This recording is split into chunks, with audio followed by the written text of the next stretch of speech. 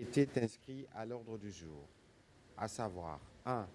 Communication du président de la République, chef de l'État. 2. Point d'information. 3. Approbation d'un relevé des décisions du Conseil de ministres. La communication du président de la République a porté sur 4 points principaux, à savoir 1. De l'évaluation de la mise en œuvre des instructions découlant de ces communications au Conseil de ministres. À quelques mois de la conclusion du programme du gouvernement 2021-2023, le président de la République s'est réjoui du niveau d'exécution qui a pu être enregistré en termes de réalisations, notamment celles découlant de ces instructions et recommandations données en Conseil de ministres, dont celles visant à améliorer les quotidiens des plus vulnérables. Au-delà du volontarisme et de la réactivité du gouvernement dans la matérialisation de ces instructions, il demeure néanmoins de constater que certaines d'entre elles n'ont pas encore été totalement traduites en actes. Pour des besoins de redevabilité, d'efficacité et d'efficience dans la gestion axée sur le résultat, le président de la République a chargé le Premier ministre ainsi que l'ensemble du gouvernement de faire l'inventaire de toutes les instructions émises à l'occasion de ces communications au Conseil de ministres et de poursuivre l'opérationnalisation du cadre de concertation mis en place lors de la deuxième réunion du comité de pilotage du Conseil présidentiel de veille stratégique réunissant la primature, les CPVS ainsi que le secrétariat général du gouvernement. Le deuxième point de la communication du président de la République a porté sur la participation de notre pays à la conférence diplomatique des plénipotentiaires pour l'adoption de la Convention pour la coopération en matière d'enquête et de poursuite du crime des génocides, des crimes contre l'humanité, des crimes de guerre et autres crimes internationaux. Fidèle à sa tradition de remettre la République démocratique du Congo sur la scène internationale et surtout de poursuivre avec détermination les efforts engagés en vue de lutter contre l'impunité dans notre pays, le président de la République a fait le point au Conseil de ministres de la participation d'une commission interinstitutionnelle aux négociations de Ljubljana en Slovénie, préalable à l'adoption de cette convention prévue du 14 au 15 février 2024 à La Haye, aux Pays-Bas. Cette convention, en appui à son engagement, visant à obtenir que les auteurs de ces crimes répondent de leurs actes, évitera, grâce aux mécanismes qu'elle mettra en place, que ces criminels continuent à échapper aux poursuites en trouvant refuge en toute impunité sur les territoires des États voisins ou non. Dans la perspective de la signature en février 2024 de cette convention baptisée Convention de Ljubljana et de Haye, le président de la République a attiré l'attention du gouvernement sur les diligences à accomplir pour la finalisation du processus devant mener à notre engagement formel à cet instrument international conformément au projet adopté à la conférence diplomatique ci-dessus mentionnée. Pour ce faire, tenant compte de la période d'ouverture de la signature qui approche à grands pas, le vice-premier ministre, ministre des Affaires étrangères et francophonie, ainsi que la ministre d'État, ministre de la Justice et garde des Sceaux, ont été chargés sous l'autorité du Premier ministre de formaliser un cadre propice à la prise en charge et au suivi de ces processus. Ce cadre bénéficiera évidemment de l'assistance de l'équipe de nos plénipotentiaires qu'il faudra muer en task force. Le troisième point de la communication du président de la République a porté sur la lutte contre les antivaleurs et la capitalisation des réformes dans les systèmes judiciaires. Dans le cadre de ces efforts pour l'édification d'un État de droit en République démocratique du Congo, le président de la République est revenu sur la nécessité de lutter contre les antivaleurs dans ces secteurs pour permettre une meilleure implémentation de réformes. Nous devons avoir des hommes et des femmes de foi nous devons avoir des hommes et des femmes de loi nés des nouveaux, des hommes et des femmes pétris de valeurs morales intraitables et des qualités intellectuelles éprouvées, a martelé le président de la République. Il a ensuite recommandé une formation continue et l'instauration de la sanction qui requiert un fonctionnement efficient de chambre des disciplines au sein du Conseil supérieur de la magistrature, un objectif primordial à atteindre sans complaisance ni discrimination. Pour la mise en œuvre de ces recommandations, le président de la République a chargé le gouvernement, à travers les ministères du budget et des finances, de tout mettre en œuvre pour permettre au Conseil supérieur de la magistrature non seulement de faire fonctionner les chambres des disciplines, mais aussi de couvrir tous les ressorts de la République des magistrats en nombre suffisant. Ceci participe aussi à la restauration de l'autorité de l'État. Dans le même sens, les processus de la création d'une inspection générale des services de la justice devraient être soutenus et accélérés. Par ailleurs, le président de la République a rappelé au Conseil supérieur de la magistrature les assignations de son discours lors de l'ouverture de la session des formations des nouveaux magistrats et des mesures devant orienter son action. Le dernier point de la communication du président de la République a porté sur la qualification de notre léopard national à la phase finale de la Coupe d'Afrique des Nations et de la politique nationale du sport. Revenant sur la qualification de nos vaillants léopards à la phase finale de la Coupe d'Afrique des Nations, en battant à Kinshasa le Soudan par un score de 2-0, le président de la République a salué à nouveau cette victoire qui a fait preuve d'un engagement et d'une détermination sans faille pour arriver à ces résultats salués par toute la nation. Au-delà de cela, il demeure nécessaire que tout soit mis en œuvre par la Fédération congolaise de football association FECOFA pour que cette montée en puissance des léopards soit consolidée en vue d'obtenir davantage des résultats comme ceux-ci lors des confrontations prévues au cours de la phase finale de la Coupe d'Afrique des Nations en Côte d'Ivoire. Le président de la République a instruit les ministres des Sports, sous la supervision du Premier ministre chef du gouvernement, avec l'appui des ministères sectoriels concernés, sur base des recommandations faites au cours des États généraux du sport, les grandes lignes de la nouvelle politique du sport dans notre pays. En outre, les présidents de la République entendent suivre avec une attention toute particulière l'évolution des préparatifs liés à la participation des léopards à la Coupe d'Afrique des Nations 2024 à Abidjan. Dans la suite de la communication du président de la République, le Premier ministre chef du gouvernement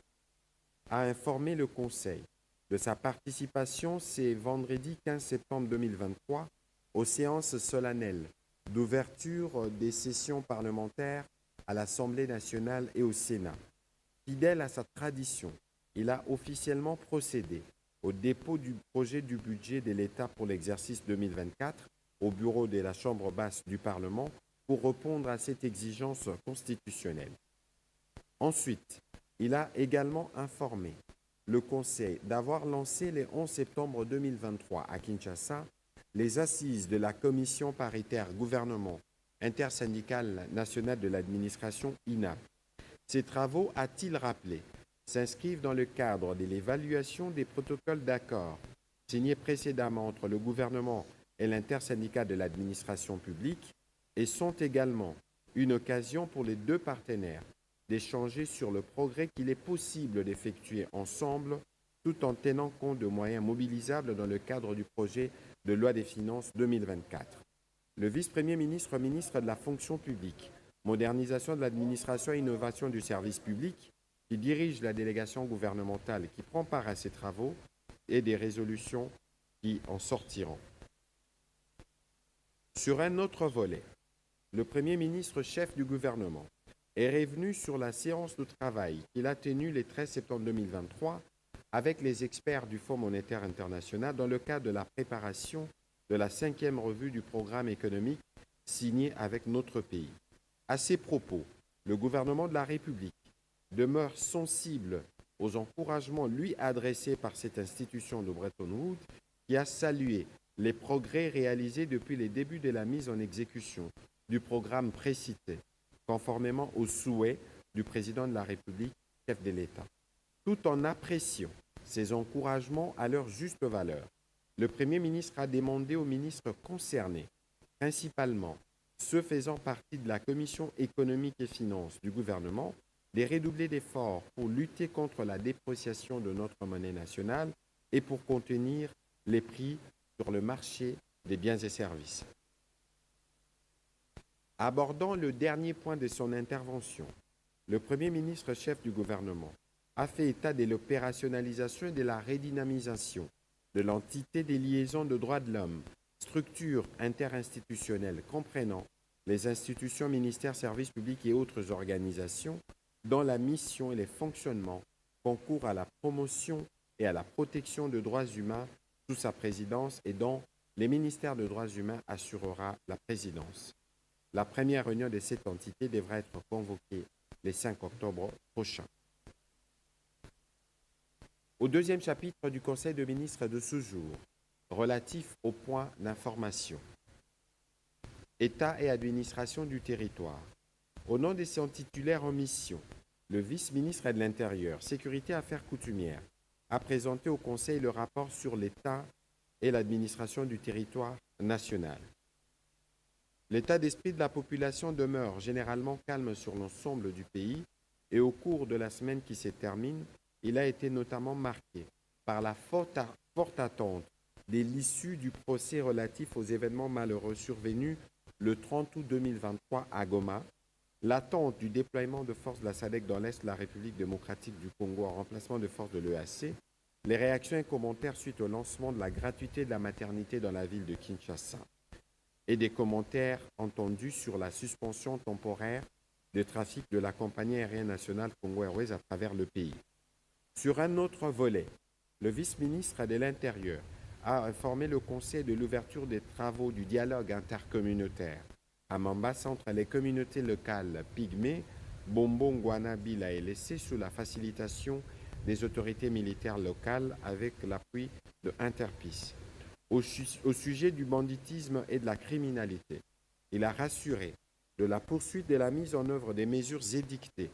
à tous les niveaux afin d'y mettre fin dans les grandes villes et agglomérations urbaines. Pour ce faire, les moyens du gouvernement sont mobilisés en vue de renforcer les capacités des services habilités. C'est dans ce cadre que s'inscrit notamment l'arrivée à Kinshasa, le 11 septembre 2023, d'équipements destinés à la police nationale congolaise. Le vice-ministre de l'Intérieur a terminé son rapport en faisant le point sur quelques cas de sinistres et catastrophes dans les provinces de Kwilu et du Sud-Ubangi, ainsi que la situation aux frontières.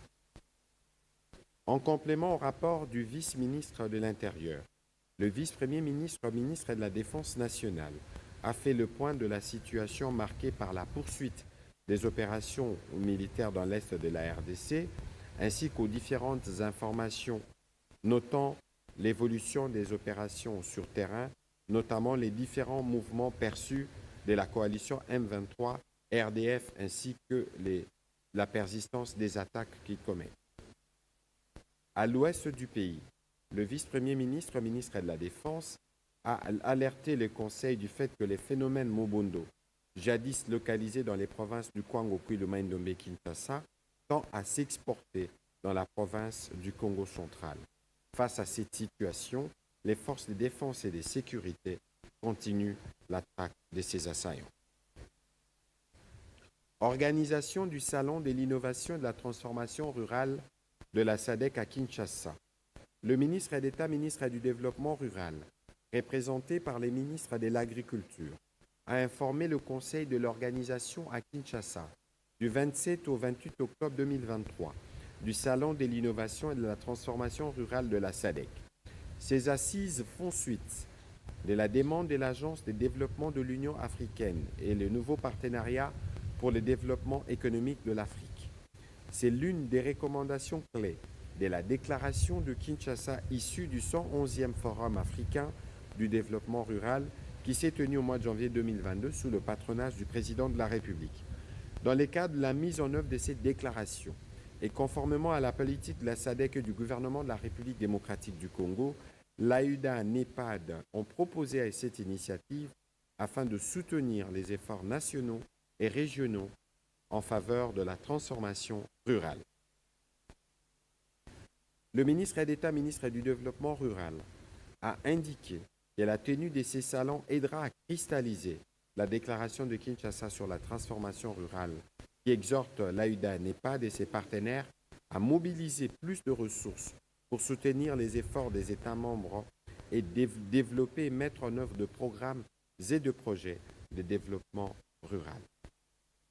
Il a précisé que les salons mettraient un accent particulier sur le développement rural durable, les chômages et les sous-emplois des jeunes et des femmes vivant dans les milieux ruraux et offrira aux 100 jeunes innovateurs d'Afrique australe une plateforme pour présenter leurs projets pionniers sur la sécurité alimentaire et les développements ruraux en vue d'assurer les partages de connaissances entre pays membres de la SADC. Le Conseil a pris acte de sa note d'information. Organisation du mois de l'entrepreneuriat à Kinshasa. Les ministres de l'entrepreneuriat petites et moyennes entreprises a présenté au Conseil les projets d'organisation du mois de l'entrepreneuriat à Kinshasa en octobre 2023, en collaboration avec les structures qui lui sont rattachées, ainsi que le projet Transform. Il a rappelé que la mise en œuvre du Programme national de développement de l'entrepreneuriat au Congo, PRONADEC, adopté par le gouvernement de la République en juin 2020, a posé les jalons de la promotion de l'entrepreneuriat dans notre pays et a enregistré de progrès considérables dans la matérialisation de la vision du président de la République, qui a décidé de faire de l'entrepreneuriat son fer de lance pour la promotion des classes moyennes et la création de la nouvelle classe des millionnaires congolais. Ces programmes, qui découlent d'une analyse en profondeur de l'écosystème entrepreneurial, s'articulent autour de 3 C, à savoir capacité, crédit et contrat. Plusieurs activités sont donc prévues dans ces cadres. Le ministère de l'Entrepreneuriat Petites et Moyennes Entreprises a souligné que cet agenda mettra en évidence les efforts fournis par le gouvernement en faveur de la promotion des micro, petites et moyennes entreprises et activités et favorisera la célébration de progrès enregistrés tout en plaçant un regard critique sur le chemin restant à parcourir. Le Conseil a aussi pris acte de cette note d'information. Organisation de la 3e semaine congolaise du tourisme. Le ministre de l'Emploi, le ministre de Petites et Moyennes Entreprises, représentant le ministre du Tourisme, a présenté au Conseil la note d'information liée à l'organisation de la semaine congolaise du tourisme projetée pour le 9 au 14 octobre prochain. Les thèmes choisis pour la célébration de cette année est la promotion des investissements verts dans les secteurs du tourisme. Ces thèmes, a insisté le ministre, tombent à point nommé pour notre pays, qui se positionne comme un pays solution dans la lutte contre le changement climatique, la protection de l'environnement et la restauration de la biodiversité avec ses patrimoines naturels, qui est les bassins du Congo, poumon écologique de la planète. Les secteurs du tourisme congolais se veut donc être un acteur de la protection de la biodiversité à travers la promotion des investissements verts pour le développement du tourisme. Le Conseil a pris acte de cette note d'information. Au dernier chapitre du Conseil de ministres de ce jour, relatif à l'approbation d'un relevé des décisions du Conseil de ministres, le Conseil de ministres a adopté les relevés des décisions prises lors de la 112e réunion tenue le 8 septembre 2023. Commencée à 17h27. La réunion du Conseil de ministres a pris fin à 18h45. Je vous remercie.